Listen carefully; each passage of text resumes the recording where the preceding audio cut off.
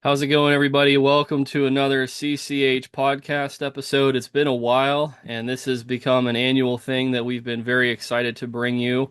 Participating in Frog Week from our podcast and also contributing from the Woods and Forests media perspective, filling in some gaps and maybe some details along the way, providing more context.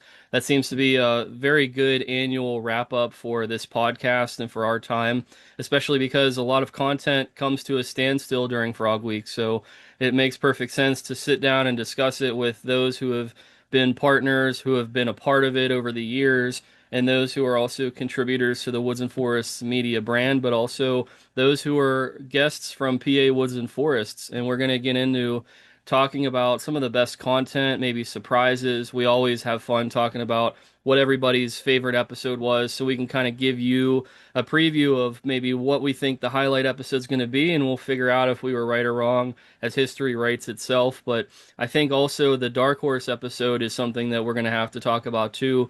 The last couple years, it's almost like horse racing where there's always the favorites. There's everybody saying it's this one, it's that one, but then out of nowhere, and it was the Pickerel Frog episode 2 years ago and the American Toad episode last year that eclipse all of the expectations, and they do so well that they outperform even potentially the favorite. That's actually been the case for 2 years in a row. So we'll see what happens for Frog Week 2025, but there's a lot of great content. If you sit down and think about it, there were so many different ways to attack this year's episodes. I had so much depth in terms of camera gear, and I had to work with Josh to actually build a computer and design a network. And we can even talk a little bit about that because every episode is so much more storage, and now we're at almost 4 terabytes of storage just for the project. And that's before the CapCut shorts, that's before the DaVinci Resolve Apple ProRes episodes that are coming out that are like 80 gigs a pop. So there's so much right now that's going on in terms of upgrading and having to stay ahead of the race, almost like how Google does it. With all of that, there's a need to also be innovative, and there's a need to have quality content. So, along with all of the new gear, this is probably the deepest that the project has ever been. There is no throwaway episode. There is no, oh, well, you're not going to miss anything if you don't watch that one. They're all individually and independently as important as the last one. So, there are absolutely none that I feel that are a throwaway episode, which is going to make it really difficult for everybody here on the panel possibly to sit down and say, oh, that was the favorite or this was the favorite. At least that's my hope. But I also hope that we have a lot of diversity in our answers too, because that means that it was a good job. But again, this is the reflection of a lot of experts, a lot of those who have been a part of Frog Week over the years. And there's so much to talk about. There's one disclaimer, though, we'll say, is that the episodes featuring the animals who are the ambassadors of this channel have not yet been done or not yet been edited. So the public and the media who have previewed Frog Week have not seen those episodes. So we could get in and talk a little bit about everybody's been asking about Esperanza and the Grey Army. Everybody's been trying to figure out if they're going to get a chance to see some of the American toads from the 240 gallon. We will talk about that. My hope and joy is to get them involved in Frog Week, but we will catch up with that probably towards the end of this podcast. So, without further ado, we have a very large panel of guests. I'm very pleased and thankful for the outcome here with all of you guys joining me, going from possibly nobody over the years to now having a star-studded cast here of you guys that want to sit down and talk about this. It means a lot to me. So I will open it up. I know, Josh, you had a lot of questions, and you've really, especially as of late, watched all of them and been very active. So I don't know that I'm necessarily coming to you, but if anybody wants to jump in first and kind of give me your feedback and just give the viewers an indication of what you watched and if you want to compare it to years past or however you want to do it. Actually, to kind of go off of the last part that you just said, in years past, one of the things I noticed in the first video was just like the smoothness of the voiceovers. That's why earlier before the video recording started, I asked you about your microphone. I don't know if it's just how you're editing it or something's changed, but it just seems really smooth with like the your intros. You kind of do like this quick like preview before you actually get into the timeline of the video. And I really like that. But one of the big things I wanted to talk about was that macro lens. I wanted to ask you, like, how was it actually using it? Because I know that was a pretty big investment. And you're talking about some pretty small animals, and you're able to get some pretty good shots with it. And it seems like you've been either getting some practice, or it just looks like you've been using it for a long time. Like, how's that been, using it?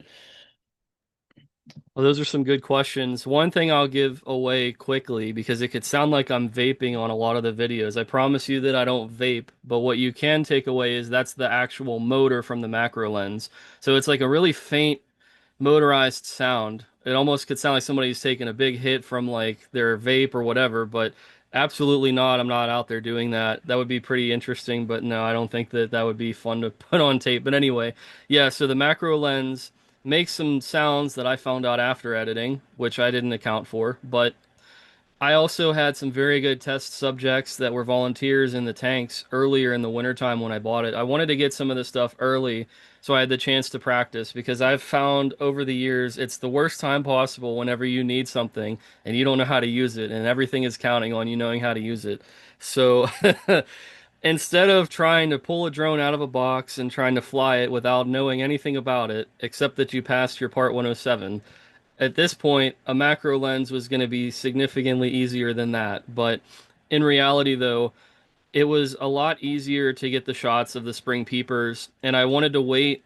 I didn't intend to wait 7 years, but I did want to get a macro lens before I featured them because we're talking about a frog about the size of your thumbnail and somewhat smaller than that, and it takes a very serious gadget to be able to bring that to the viewer in full detail. And that's literally the up to my knowledge up to this point, the only lens that's a macro lens that's literally just called a macro lens that Sony makes. So it is the only.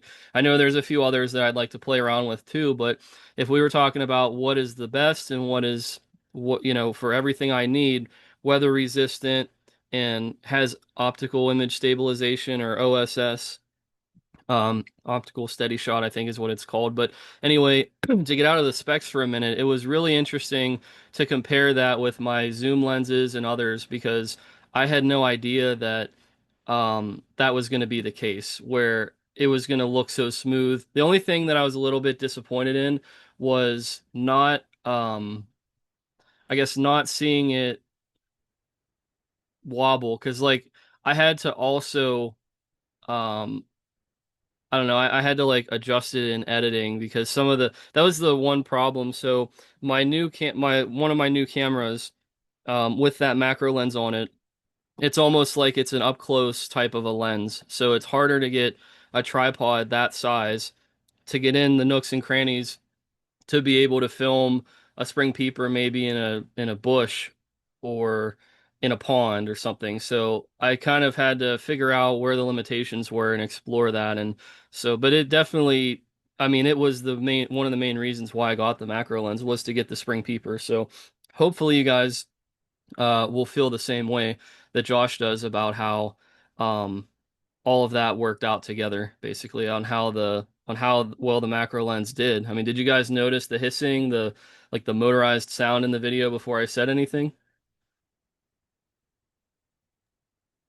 No, I didn't notice any of the sound. I thought the macro lens was really cool with the spring peepers.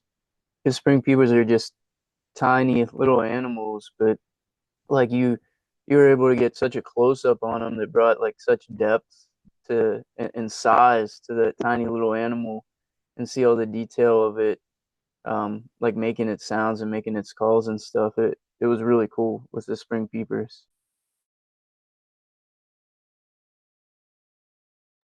Yeah, I Yeah. mean, oh, go ahead.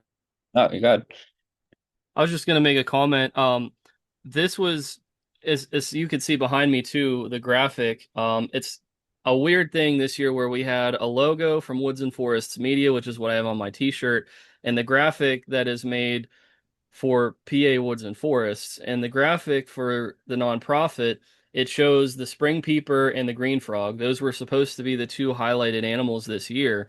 And to be honest with you, I wasn't sure how the Spring Peeper episode was going to go because it at first had started out with more of like montage clips of them calling in their best scenes, but I wasn't sure how that because there was no like significant story about them because they're just inevitable. You find them everywhere, they're always around, they're still on some random mountain tonight. Even if it were in the 80s, they're calling somewhere. So like they never quite go away until they have to with deep snow, but um I just was interested to see like so that story was that story with the Spring Peepers as compelling as what some of the other ones were, I guess is where I wanted to go next.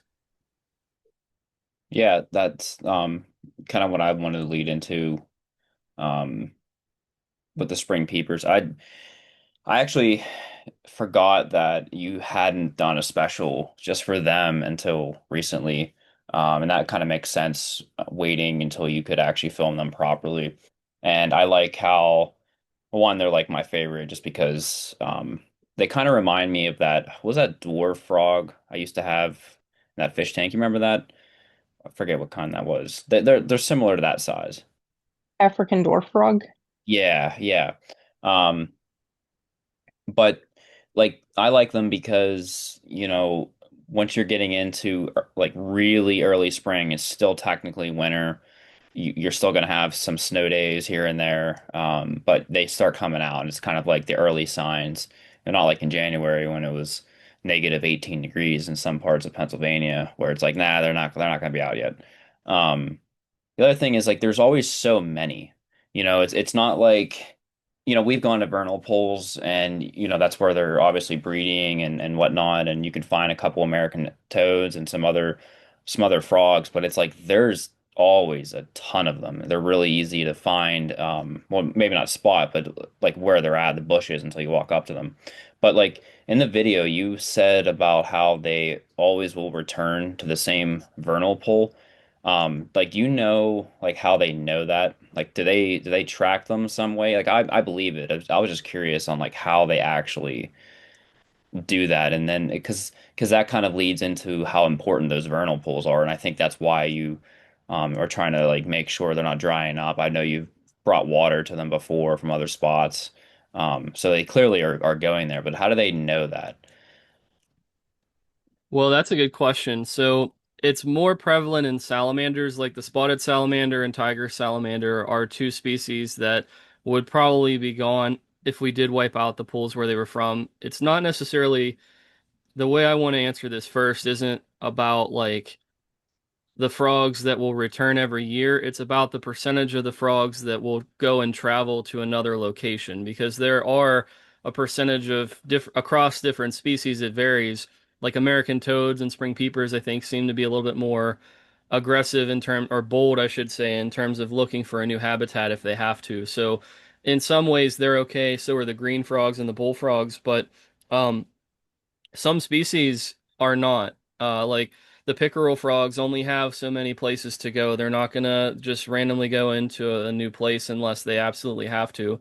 So, and that's it, I guess it also depends on location, right? So the pickerel frog episode, they didn't have anywhere else. It was literally that one body of water, and if they didn't like it tough, there's nowhere else to go.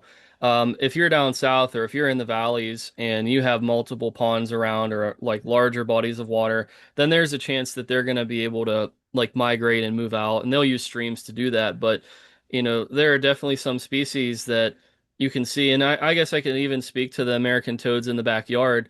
There was a couple of years where there was a stud American toad, which means like we filmed him for 3 years. And I mean, you can't necessarily confirm it was him, right? Because I didn't take DNA samples, but we would get the picture on, like the picture of him on his back, and we would get his face, and we would get good details. And he came to the pond and reproduced 3 years in a row. And it was, I think, 2 years ago, or maybe it was last year. It was one of those years, 23 or 24. There was an American toad that looked not identical, but very, very eerily similar to that toad. And it's almost as if his offspring, we were seeing them finally as adults to come back to the pond and breed, which means that they'd survived and he had been successful.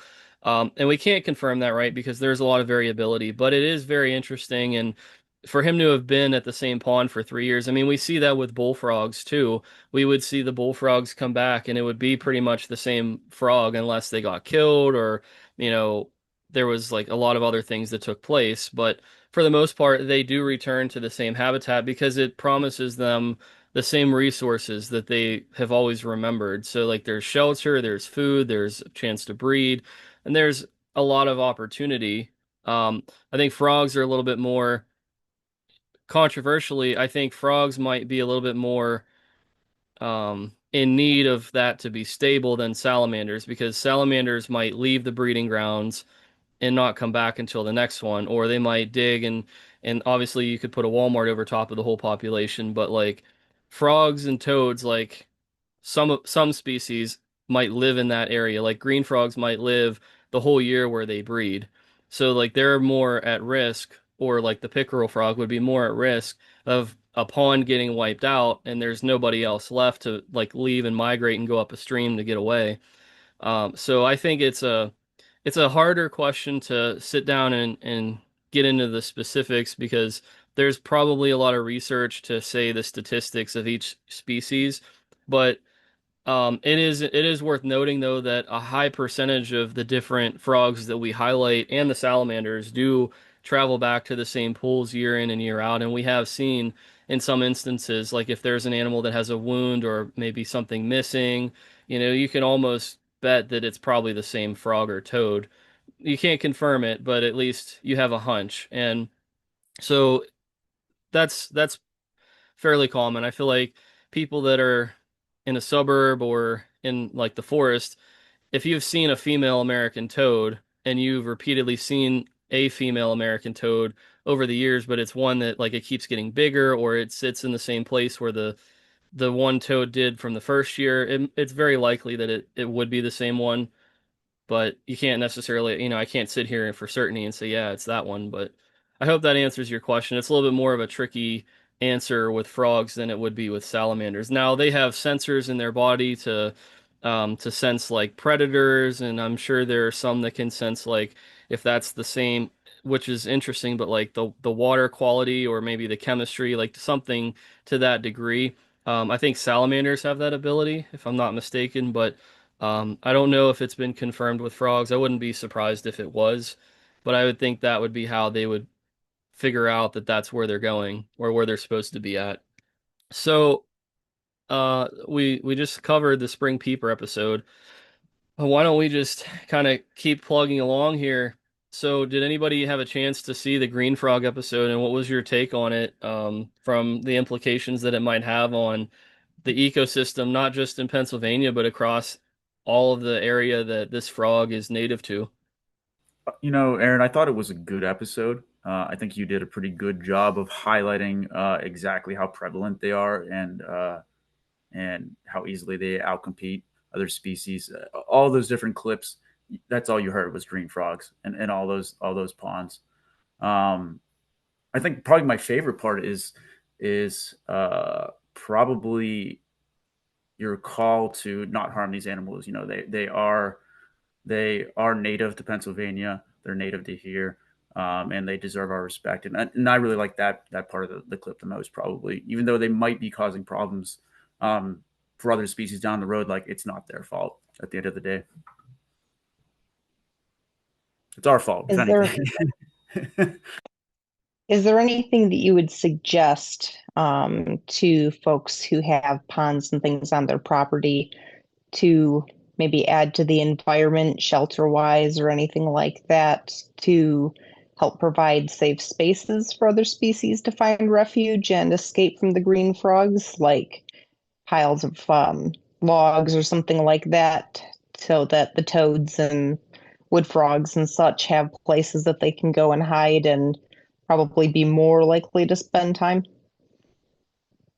That's a great question. So, if it's in terms of tree frogs, like gray tree frogs, copes, or spring peepers, and for those who would be watching down south, like your squirrel tree frogs, and we could list all of them, right? But and there's a lot. But anyway, PVC tubes would probably be the best thing, and that's one of the things I want to start integrating into some of these habitats where there are tree frogs. I could do it and we could help the spring peepers, but I would feel more comfortable doing it for a tree frog that is going to 100% use it. So that is how they actually will get surveys of some species. That's a method in the South, and they were doing that at Pitt Johnstown with the spring peepers to see if they could get the spring peepers to go in and like rest and sleep and call even from the PVC tubes. So I know that they do it up here. Um, but if we're talking about like toads and wood frogs and other creatures like that, um, we're trying to build habitats specifically for frogs and toads that are laying their eggs in habitats that dry up. So even though it's going to sound counterintuitive, whenever a habitat dries up, even if it's for a day or 2 days, and you might have to experiment, but let's say, we're at the end of the breeding season, tadpoles have all left the nest, so now you have an empty nest and you just have water in the habitat. Well, if you drain that, the green frog, and I would do it with thought. I wouldn't just go out, dump all the water out and say, "Get out of here, you stupid frog." I would like wait until it rains. I'd flip the habitat upside down so that way it's completely like emptied. And then whenever it stops raining, put it back up. Because the green frogs will leave if there's no water. There's nothing for them to stay for if that's the case. But a toad would still hunker down and hang out under the logs, or it would still hunker down under the branches or whatever is in the habitat. So it's more likely the toad would stay and the tree frogs are going to be up in the trees or in the PVC tubes. So they wouldn't really feel that either, especially because the gray tree frog is one of the few tree frog species that appears to hold its water. It's among the best in the United States. It seems like they have a very far range, like females. There was a research paper where they found females traveling a couple miles. So it's not that they're tied to the water like some species. They'll leave if they have to, or if they choose to, I guess. But um, I would say allowing it to, choosing to drain your habitat is one deterrent that there are a few habitats that are notorious in Frog Week, and they're dry now. The toad tadpoles have developed. The green frogs had their fill. The other toad tadpoles escaped, and they're baby toads now. But the habitat is dry, and the green frogs are gone. They're absolutely nowhere to be found, and they might have traveled very far. So even though they'll keep coming back, that would at least stop them from establishing. And the reason why I also say that is because if they try to overwinter in a smaller habitat that's above ground, it'll probably freeze solid and then they're going to die. So, like, you would kill them if you don't deter them anyway. Um, their eggs and their tadpoles apparently somewhat are freeze tolerant because I think it was Frog Week 2024. I moved these tadpoles out of a drying puddle from somewhere, and I had a few of them left because they went the entire year without developing. And I'm thinking, this is strange. Why are tadpoles still taking the whole summer, the whole fall to develop? And the pool froze completely solid. There was nothing but ice. I was jumping on the ice. That's how thick it was. It thawed out a couple days later, and the tadpoles were swimming like nothing happened, and I couldn't believe it. But um, I would just say trying to allow, especially if we're talking like the little habitats that we build, like the little bodies of water. If it's a pond or something, you're not really going to be able to stop it because unless you go gigging for them or like you do some other physical maintenance, like mechanically you have to get rid of them. Um, I just don't think that it's possible to get rid of them. I guess we could get into some of the target species. We did talk a little bit about the wood frog episode. Um, I guess we could highlight here for a minute because it also ties in with what Michael's doing with the acoustic study. What'd you guys think about the gray tree frog episode if you had a chance to catch that one? Because that was one I felt gave any other episode ever all time on the channel a run for its money. I think all of them are good, but I was really surprised the way that one turned out. It was a good episode. Um, you mentioned throughout a lot of these videos that you've got the iNaturalist Citizen Science Project going on. Are the species that you're tracking in that project just the ones that you featured in the video this season, or do you have other species as well? And do you have anything besides frogs and toads on there? That's a good question, and I'm really happy that you brought that up because we're going to see a moment here of my mic, but I'm going to take us to the project itself. So it is only the target species for the project. So we have 7 species that have been found. I only showed you the card for the individual species on that episode. But if we look, the gray tree frog, ironically, has more records because there's a reason for that with the spring peeper. Before I started understanding you could do audio and record it, um, I didn't know that, and so the spring peeper kind of suffered. I would have had a lot more records for it, and I also believe the green frog would have had more records as well.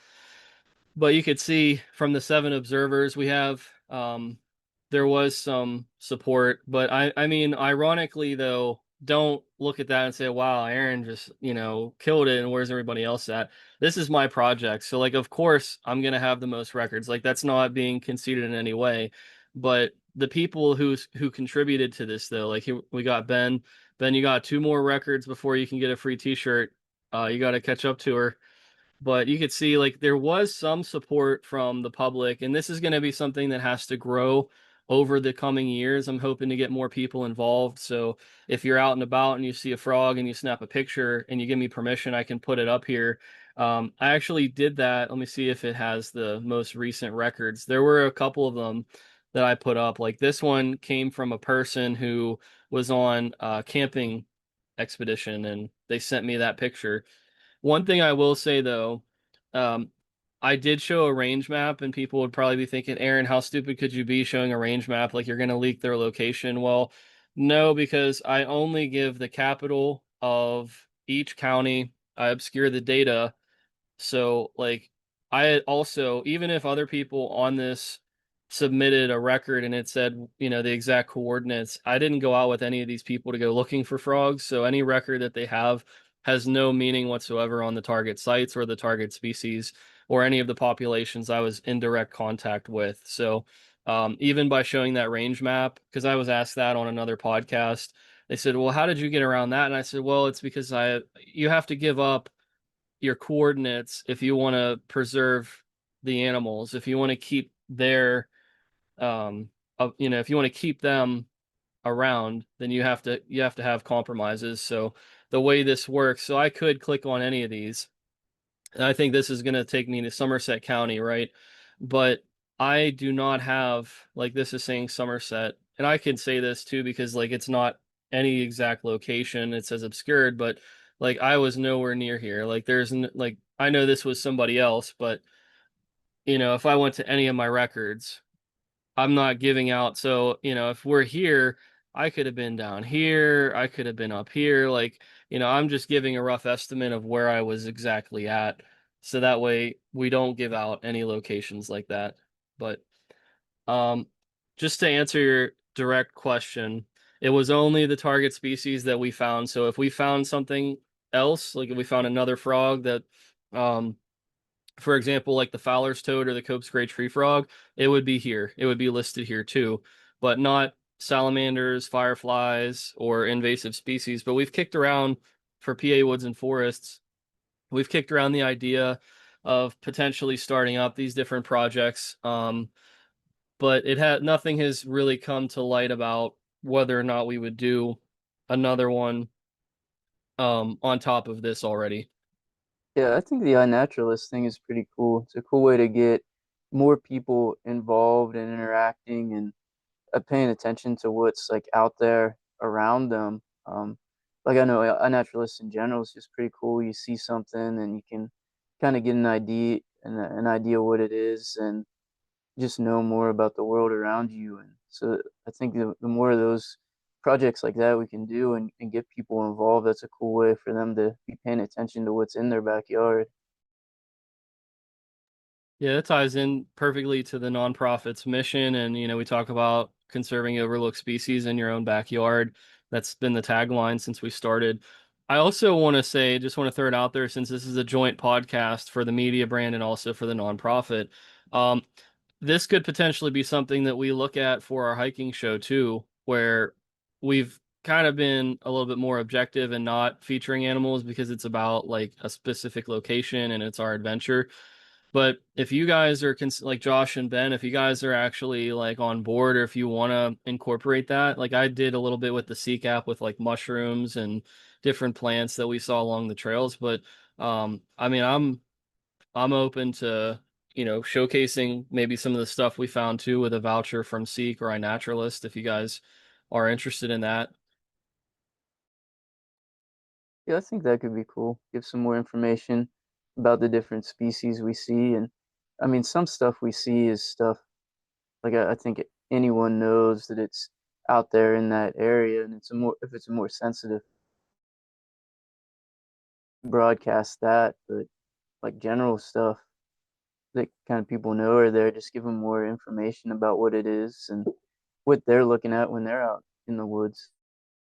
I had to realize my audio was muted. Yeah, I completely agree. So we would have to be very like conscious about that. But I also wanted to say in that gray tree frog episode with Ed, um, when we're talking, we're talking about the iNaturalist part of it, but um, when we first found them out there, he had a full head of hair, he was healthy and strong, he was walking around, just a random guy, random neighbor up there. And over the years, if you watch, because he's been in a few episodes, but it's been yearly, right? So he ended up having like health problems. He ended up like having a stroke. He went and survived cancer. And like the man has overcome so many things. And, here he is willing to take me out in the middle of a field on a four-wheeler after he survived some horrible things that happened in his life. And there's been times where I was out and I'm far, and he's coming out with a cane to come and see what I'm doing or what I found. And so I don't know. I guess I could be making a bigger deal out of it, but it just felt nice because it seemed like I gave him his flowers. I gave him some respect. I gave Ed a shout out in that episode more so than what I think he's ever gotten before in it. So I just felt like that was a really like full circle moment because here's a guy who owes me nothing. I met him because of these frogs that are on his property and like on the outskirts of his property. And here, he's dying in every aspect of the word, and he's still coming out. Whether he was, and you can see like the last episodes he was on, how he was so pale and he looked like he had been fighting for his life. And this episode, it's kind of like he's not back to what he was in 2021, but he's definitely like he looks better than the last 2 years. So for me, that was like a full circle moment to be able to bring him in and include him in this year's episode. That was nice, because you talk in a lot of your videos about how you try and make all of this a very community endeavor and stuff. And so having some features with some of your partners with like Ed and the classrooms that you visited and stuff like that really kind of helps to drive that point home that it's a community effort. Yeah, I think it's been cool the overall growth in the storytelling in Frog Week over the years. I know like the first couple of years I was involved and watched them. It was kind of like here's a vernal pool, here's some frogs in it, here's some facts about the frogs, and now we're getting to see a lot more like what you do, why you're doing it. You're giving more detail, more story, more just like we were here this day and here's what it looked like, and then this weather happened or this happened, and now here's how that affected things.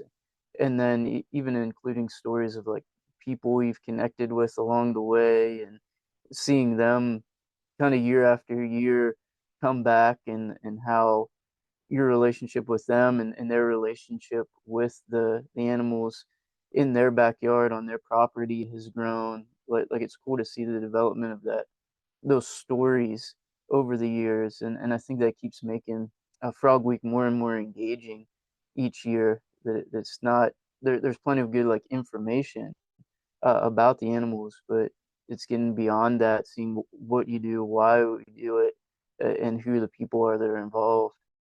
I guess another thing I'd ask too, like, Michael, this is your first year and your first experience with all of this. Everybody else, like, we were up in Michigan in 22 with Amelia and we were like looking for frogs, and Ben had been a part of it in 21. for the conclusion, and he had been a part of the nonprofit for a while. Josh also has been on a lot of trips to go out and look for them, whether it was literally actively going to do road rescues or it was just, hey, let's go to this location and look. But obviously it's become a lot more than that, and I think I've been able to do a good job of showing you guys this year more than just talking about it, because there's only so much I can say, but if I show you, it's a lot more powerful, and that's, from my opinion, what it really seems to be this year. The difference is that I showed people instead of um I guess instead of the insinuation, like, or the assumption, like, you guys knew. It's like, no, like, let's just go back, start over, and let's talk about, like, why we're here, why we're doing this. And there's so much between citizen science, and then there's our projects with the, the acoustics, with the audio research, and with the phonology study that we're still trying to get jump started a little bit. So it's a little bit lagging right now behind, but I guess just what's your thoughts on something like this? Because you became aware of this last year, and now you've kind of had a whole year to see what was going to unfold. I just kind of wanted to tag on to Ben's comments about the storytelling. I know I kind of joked with you previously that the videos, not only were they educational, but they were entertaining as well. They were kind of learning about frogs, and then getting some of your personal wisdom and philosophy at the same time, which was pretty fun to hear and to see at the same time. Um, so for me coming in this year, that was great. I can't comment too much on previous years because I haven't done my due diligence, I admit, and gone back and watched a lot of those videos. But I think for someone like me coming in just this year and not seeing any of the content previously, pretty impressed with it. Yeah, I want to stay on that point for a second here because I don't think that these guys are as familiar with your project. Ben might have heard it in passing, and Josh as well, but I also have that data that I need to hand off to you. Hopefully, it'll be at the Fat Squirrel. But if you want to talk about that for a second, because this is a part of the project that some people are going to actively cover, and some, I don't know if anybody's reached out to you about it. There might be media that will reach out to you, but if not, it's still a part that they're including in their stories. So different newspapers are going to highlight it. But if you just wanted to speak on that, I know Amelia would really appreciate what we're doing. So if you just want to kind of share that with the group here. Sure. Yeah. I think this is going to tie really well into our comments about citizen science in the future. But in the short term, what we're doing is building a machine learning model to recognize different species by their audible calls. So I don't even know what the project was called, what we officially named it, Aaron. But essentially, what we'll be doing is setting out these acoustic loggers in a number of sites.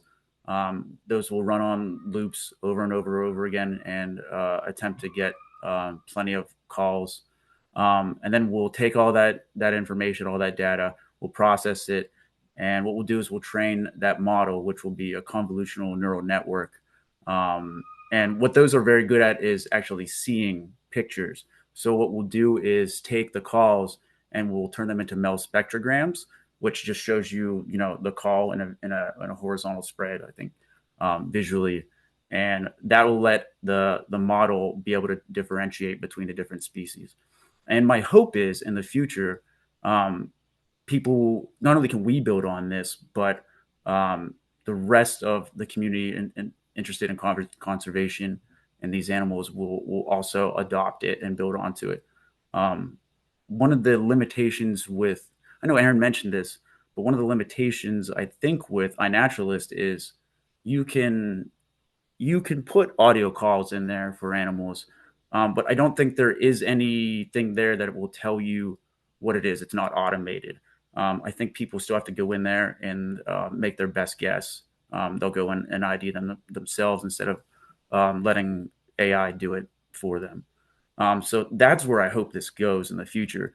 And then we have a very powerful tool to give to citizen science to help us out and to get more data, tell us where the animals are, and hopefully answer plenty of our questions.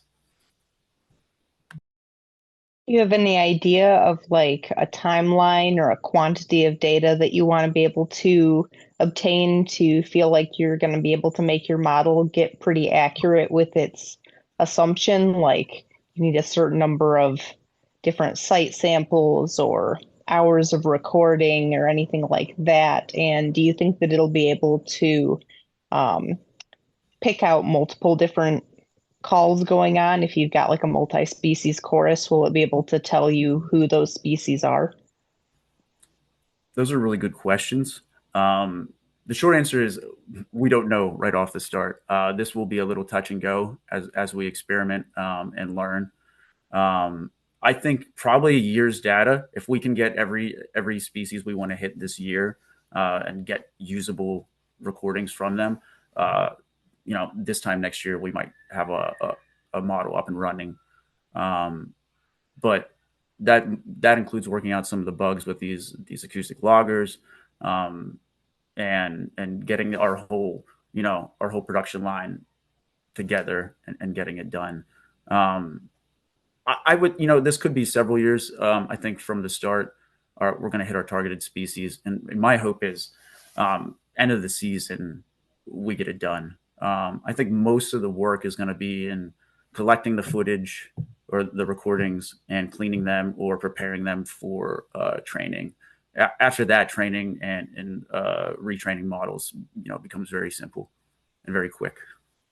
I think this is a super cool idea. I know there's an app for birds that does a similar thing. You can like listen and to the whatever birds are out there, and it'll tell you like what's calling, and it's just a cool way to know what's going on around you. And like I've had the bird app, and the more I use it, the more like I can start to recognize the calls then, like on my own, because you hear them and you see what it is on the app, and then when you hear it another time, you're like, oh yeah, that was the whatever bird. And so I think it's an awesome thing to have that for frogs and toads and that sort of stuff as well. It's always cool when you're out walking around in the woods at night with Aaron, and he's like, oh, that's a tree frog, that's a spring peeper, that's a whatever.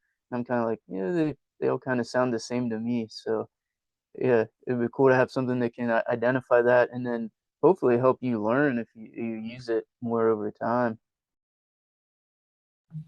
Ben, if you don't mind me asking, do you know what app that is or who that was through? I think Macaulay Library was doing some of that stuff early on, and that was some of the inspiration for how we're going to go about doing this. So I was curious to know what that was.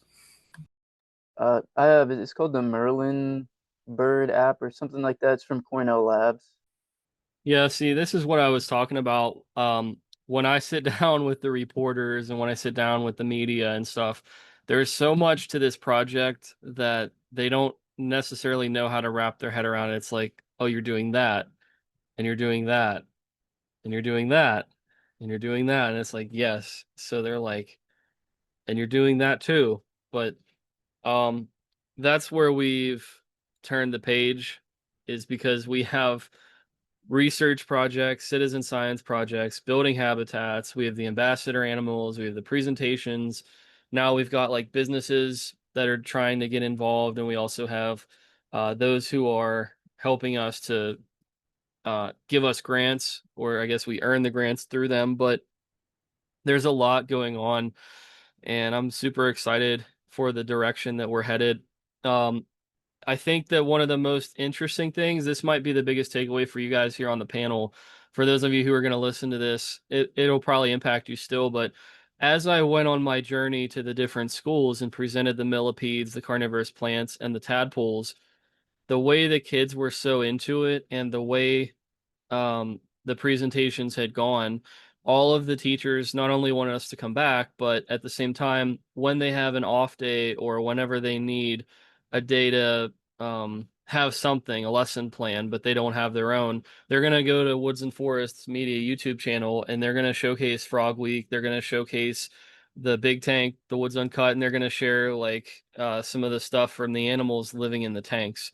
So we are probably, I don't know how many are out there, but I would argue the claim we might be, if not the only nonprofit and media brand that was inspired by field work that then inspired the youth. So like it was all because of the work that went into rescuing these frogs and toads and caring about them we've started to not only uncover our audience, which is like families and the youth, so from kindergarten to college, um, we're starting to get to a point where places want to feature they believe in the message, they believe in 100% what we're doing, and now they want to even share the videos as curriculum for their schools.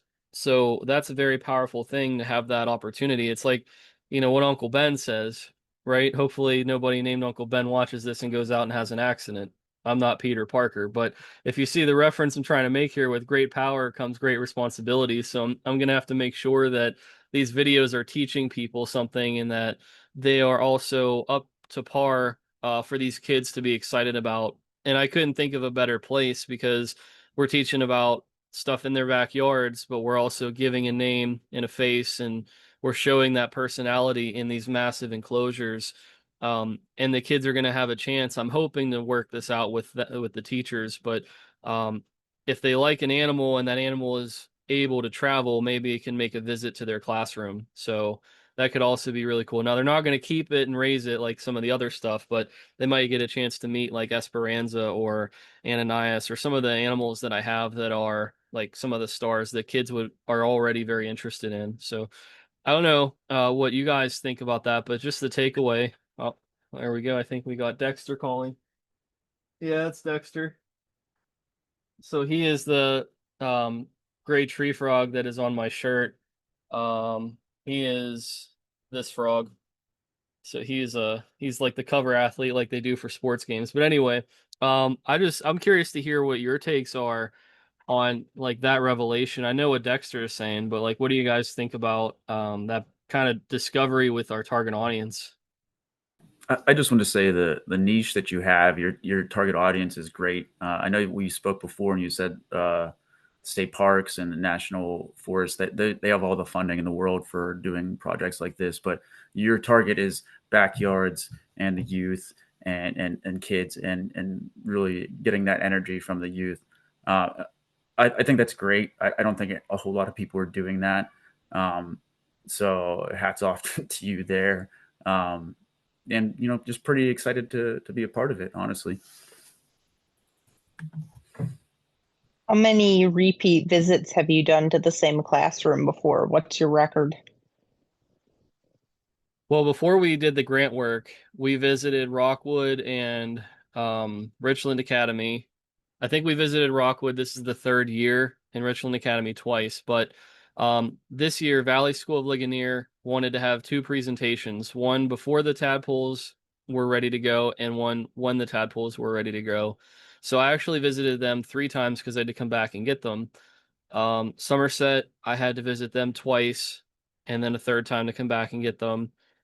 But it's more so they are already talking about creating presentations or having something for the fall and then the following spring. So we have already gotten the turn. Like what we wanted was the success rate of all the teachers showing that they could raise the tadpoles, but also that they were behind the mission. And there are some schools that are very, very passionate about it, and there are other ones that are like, yes, we support it. So it's energizing to see the differences, and but like also to know that this is actively what we're working on. I'm also hoping to expand in counties and schools. Um, I think that would really help us in a lot of different ways. So I'm not just going to stay at the same six schools. We have seven target counties, and if I'm only primarily in one county, then there's a lot of work to do to get in the others. But not just the schools. We're starting to see like Mike was with me for the Learning Center in Ligonier and how they want to do more than just that one presentation and like the libraries. So nobody is going to the libraries, in my opinion, and we have an opportunity to go there and to present something. So we're starting to find like the library in Johnstown is going to have the first ever Frog Week kickoff, and like they're putting stuff in the newspaper about it. Like that's pretty awesome that we've come a long way from somebody like from some news sources that thought, oh, this is just a kid with a camera running around and saying this is a series of videos to now a library saying, hey, like we're going to have an event out of this and we're going to invite like the media to come and like this is going to be a main thing, like a big deal. So I just think in 7 years how far we've come is just like unbelievable to think. I don't think anybody necessarily would have expected we'd be here now talking about kids learning about my channel and knowing the animals' names and stuff. Like that's pretty awesome. I was a kid who just kind of lived at the library, and I would have been super excited to have a frog program come in. So it sounds like you're having a lot of success already by all of your metrics. I wanted to ask Aaron, has anyone else here actually attended one of your presentations other than me? Um, well, Ben had me come once to the youth group and share. That was a few years ago. Ben has come to some frog walks and Josh has, but I don't know that anybody has come to any of the presentations. Maria has come to most of them, except for this year because of school and stuff, but she was like at almost all of them for a 2 year stretch. So, um, they are not usually as attended because people are at school or at work or people are doing stuff. So, but no, you're the only person this year who had actually attended a critter talk. So yeah, you saw it from the inside, and we were in a really interesting place. I didn't know how those kids were going to be that young. I thought it was going to be a slightly older audience, and it was going to be inside, not outside, on a 90 some degree day. But we made it work. It was a good time. I recommend it to everyone. Go attend. They're fun. They're energetic. Even just getting the kids out to see the animals is great, in my opinion. I agree. Now, I kind of want to hear what everybody's thoughts are. What was your favorite episode? What was your favorite episode, biggest takeaway from that episode that you want to share with the viewers that you think that they're gonna probably find the most compelling this year? I like the third video about the pickerel frogs because of the just the seriousness. He kind of like took some steps back and wanted to talk about like the pollution um, and just how it affects those frogs. And I believe that was the video you had, like you were out filming, and then like the American toads just started coming at you, and like you just happened to get it on video. I thought that was pretty cool, but it does bring up a question like you compared to all the other frogs that you know of that you've done research on, like are they more susceptible to pollution? I mean, every animal is to some degree, but are they like really picky about their water, like the ponds that they're in and stuff? Yeah, you could easily wipe them out if there was serious water pollution, like acid mine drainage pumping into that location. They would be gone very fast because they can't withstand pollution. They need very clean, cool, like mountainous streams, is what a lot of people say. And there's streams that flow into that habitat that feed it, which is why it's so successful and why they're able to survive in there because of the stream. If that if those different streams were cut off, those frogs would die pretty fast, or they would hopefully sense there's danger in the water and leave. Some of them wouldn't, but hopefully some of them would. Um, what I can share with you is I said this, I think, in the one episode that the work the Somerset Conservation District has done, they've created these settling ponds before they go out into these different rivers. And what I've noticed is in the final two ponds where the water quality is fairly good, the pickerel frogs are there. Now, I didn't go out there this year and film them at some of the sites, but over the years, like there's times I worked as an intern for them and did different things. And I was able to literally see their habitats and how the pickerel frog came from who knows where and now it's living there. It was not originally there, or if it was, it had been wiped out long ago, decades ago, and it's found its way back. So that kind of gives hope that because of how bad the pollution is in different areas and how we're starting to put a cap on it, we are starting to see like pickerel frogs and others coming back. Now, if we just transplanted the northern leopard frog in that habitat or the mountain chorus frog, would it survive? I mean, maybe not, but I think that the pickerel frog is one of the most surprising species to pioneer a habitat that nobody is talking about because they have such a specific need and they are just happening to show up at these ponds. Like how did they find it And how did they decide, how did they figure out that these are the good ponds versus the ones that are the nasty ones? And that's actually where you find the green frogs and the bullfrogs and the dirty ones, but the pickerel frogs are in the clean ones. And there's like no other frogs but pickerel frogs for the most part. And there's toads on the outside of those ponds, but not in the dirty ones. So just really interesting, that they do seem to have a good sense of what is healthier water, what is higher quality water. And they could be in jeopardy if we lose certain areas to like pollution. They could, I mean, I'm not saying they're gone from Cambria County or Somerset County or all of Pennsylvania, but they're already in such weird pockets. Like they're supposedly an abundant species you find in every county, but like even if it says that they're abundant, what does that actually mean? That doesn't mean that you can walk down the street and there they are like a lot of others. So it takes more work to help them. We're also filming in the highlands for the most part. So like it's a pond frog, and so there might be people like I've got comments from people from the south. They're like, "Oh, these are frogs that we find everywhere," and they very well might, but the pollution up here and like the landscape is not as supportive for ponds and standing water. So the pickerel frogs don't have as much habitat as other frog species. I saw in the one video you were doing a little bit of water quality testing, at least for pH and stuff. Do you have that data for all of your main sample sites that you've been tracking? That's a good question. So I sadly didn't get to monitor the pH as much as I wanted across the different sites, but it's just the beginning, like the opening, if you will, of like what is possible and how we can gear towards this next year. But I did find that some of the habitats, like where the gray tree frogs were mainly, it was definitely rainwater that filled those pools of water up, and where the wood frogs were at the top of that mountain, it was all acidic rainwater. Um, it's been interesting to see that. Um, I did want to get I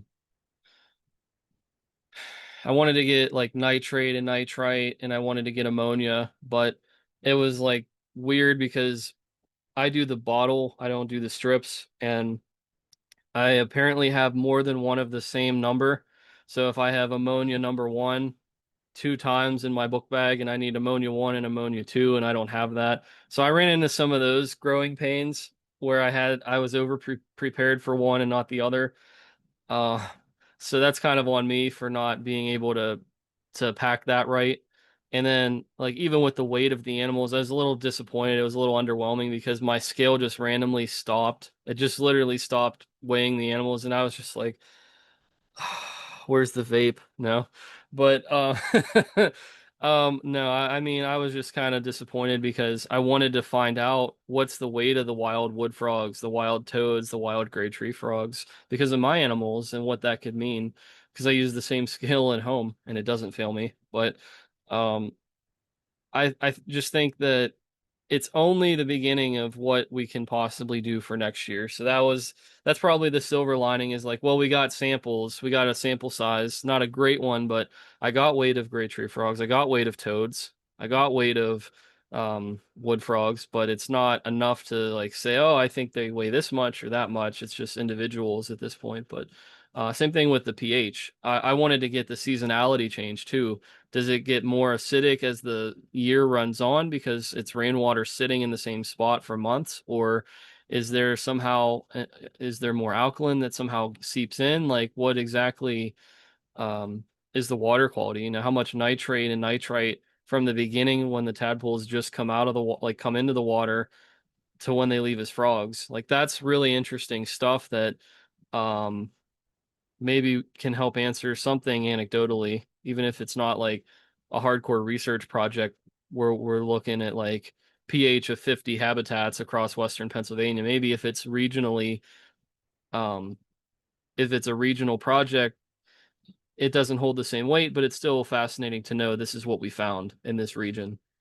It would be interesting if you started noticing patterns like the tadpoles tend to leave the vernal pond about the time that like the ammonia reaches this level or the nitrate reaches this level or something that like they're kind of spurred on if they've got a high population to go ahead and morph and get the heck out of there if the water's starting to get really crappy.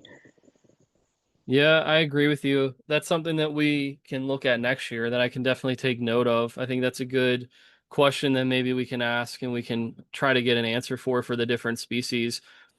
I'm sort of a toss up, I think, between the wood frog and the American toad. I think the sheer number of frogs captured in the wood frog video, it was astounding. It was really cool to see that. I've never seen something like that in my life, probably, unless I come out with you. Um, but honestly, the shots you got on the American toad video were honestly beautiful. Um, Even towards the end there, just the one calling right there at the edge of the pond in the water, and just seeing the reverb making the ripples and the waves, that was just fantastic. So I'm kind of stuck between the two of those, 50-50 each.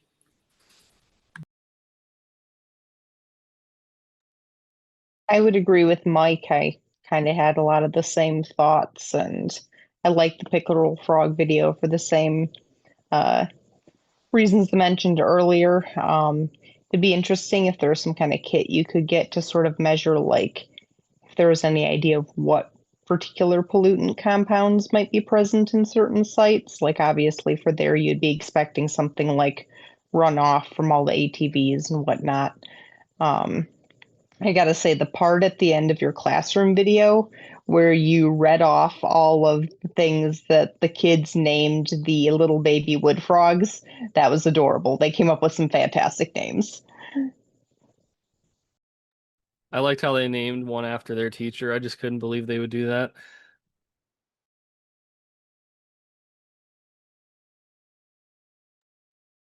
I think kind of the coolest one I watched was the spring peeper one. Just the amount of detail you get to see on such a little critter that you got with that macro lens.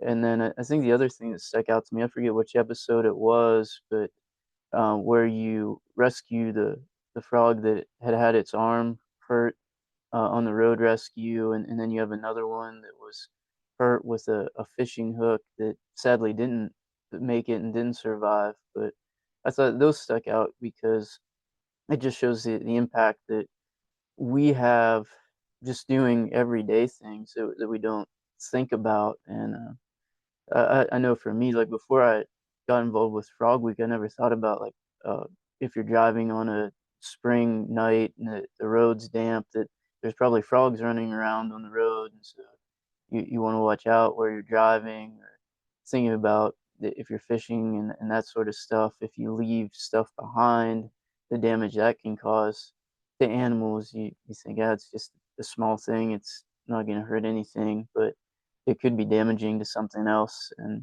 to a small animal like that. And so it just shows like the impact that our daily activities could have and how being thoughtful in those things could make a big difference for these animals.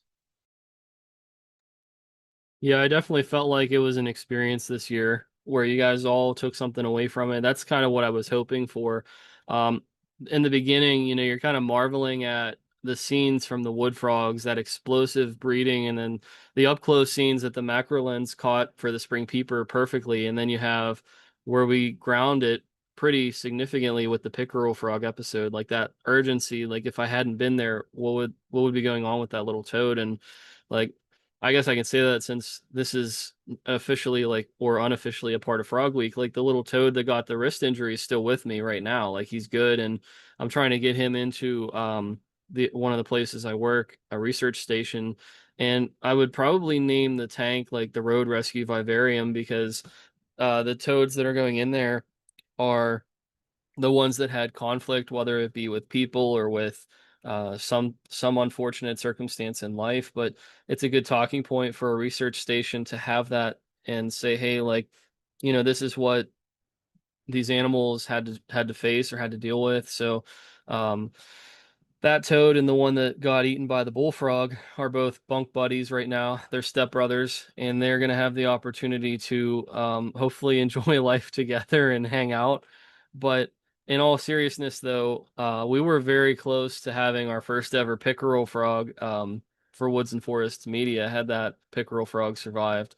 So I had it for about a day or so, but I just wanted to show it some mercy because yeah, that was probably one of it wasn't the most, but it was one of the most disturbing scenes seeing it, especially off camera, how it was behaving. It was just sad walking out with it and some of the comments that the fishermen were making as we were walking out, like, that was a video. I didn't really highlight that in the video because I wanted to kind of make it appropriate for families, but like we were really, uh, it was almost like you're the visiting team for a sporting event. Like I definitely felt like I wasn't welcomed. That the way they were making comments, I was they kind said. of wondering if that was going to be the case because you seemed like you definitely had like the vibe that you'd be concerned with like specific conflict with fishermen, not just like abandoned tackle and stuff.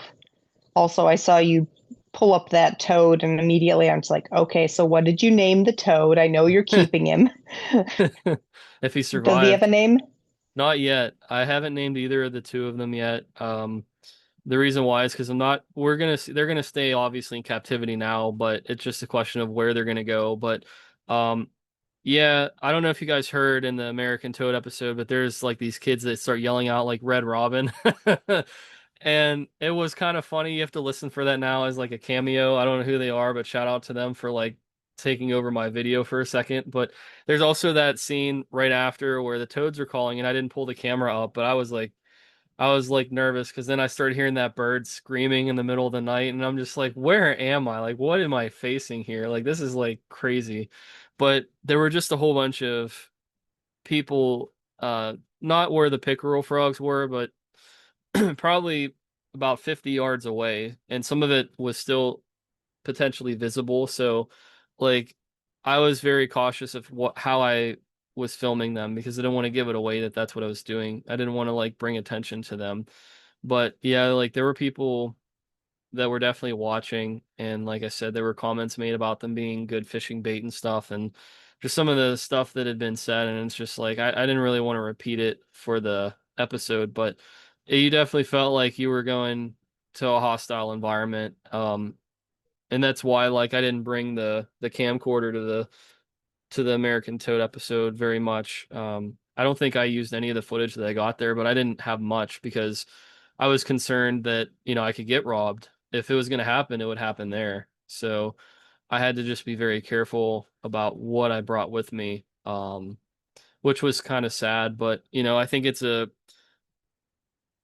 I think that proves the reason why I need to be there is because people are careless and reckless, and if they're going to harm the animals, then that's a spot that's not in a state forest or a national park or anything where, it definitely needs somebody to be there. And that's why I signed up for it. So that's why we had two episodes at the same location because it's like there's a need to be here this year. So there was a lot of good scenes from Frog Week, and I'm really excited for the other two episodes to come out because everybody seems to be anticipating. Everybody wants to see Esperanza. That's all I've heard in some of the talk shows and like teachers and stuff. Everybody wants to see migratory frogs and they want to see what's going to happen with this big tank this year. So that's definitely coming. But um, with leaving those two out because they're not made currently, um, some of you already answered. You had a toss up between one episode or the other, but what's like your dark horse episode? So one that you think is surprisingly gonna outperform or it's gonna be neck and neck. So like I know Mike, you said it was the toad and the wood frog episode. Ben, you said it was the spring peeper and the pickerel frog episode, but like Josh and Amelia, like what do you guys think for a second episode that's like gonna surprise people or something you think that they should take serious, like that they might really enjoy seeing? I'm honestly not too sure. I originally was going to say that the um, Spring Peeper episode was my favorite, um, just because of like the cool shots, and I just kind of I really like those frogs. Um, I don't know. I guess time will tell really where it's going to go, but I could see that one doing well for sure. I think that's fair. Yeah, I think, you said the pickerel frog and the spring peeper episodes, those two stand out. So I mean I mean, it is a dark horse because nobody knows. There's no metric to base it off of. There's never been an episode before that one, so that makes a lot of sense why you'd pick that one. It was kind of interesting to catch how the stories you were telling the classrooms were absolutely getting plucked from the field work you did for Frog Week. Is kind of like the whole like when the artist says the song name in the song kind of thing. Um, yeah, you did a good job of stitching that together so that it didn't just read like one long presentation, but you kind of kept to the point. Yeah, I tried to be as active in that episode as possible because no one wants to sit there and watch a PowerPoint presentation on YouTube. Like you could just go to the library as I'm making fun of them, but I'm talking about how like we need to be there, right? So I could say that, I guess. But no, you could go anywhere and see a PowerPoint presentation, but to have something entertaining and educational and exciting make you want to keep watching, you got to have something there. So that's pretty much why I made that decision to include all that stuff. And I was kind of tired of like leaving these little clues for people to watch and then nobody called it out or said it. So I was like, you know what? They probably don't even know it's there. Let me just go ahead and like just share it with you guys. Um, if I had to pick real quick as a dark horse, I was surprised that the American Toad episode was a dark horse last year, but it actually is the number one most viewed episode in Frog Week history. Um, so hopefully a dark horse episode will blow up this year too. But if I had to guess,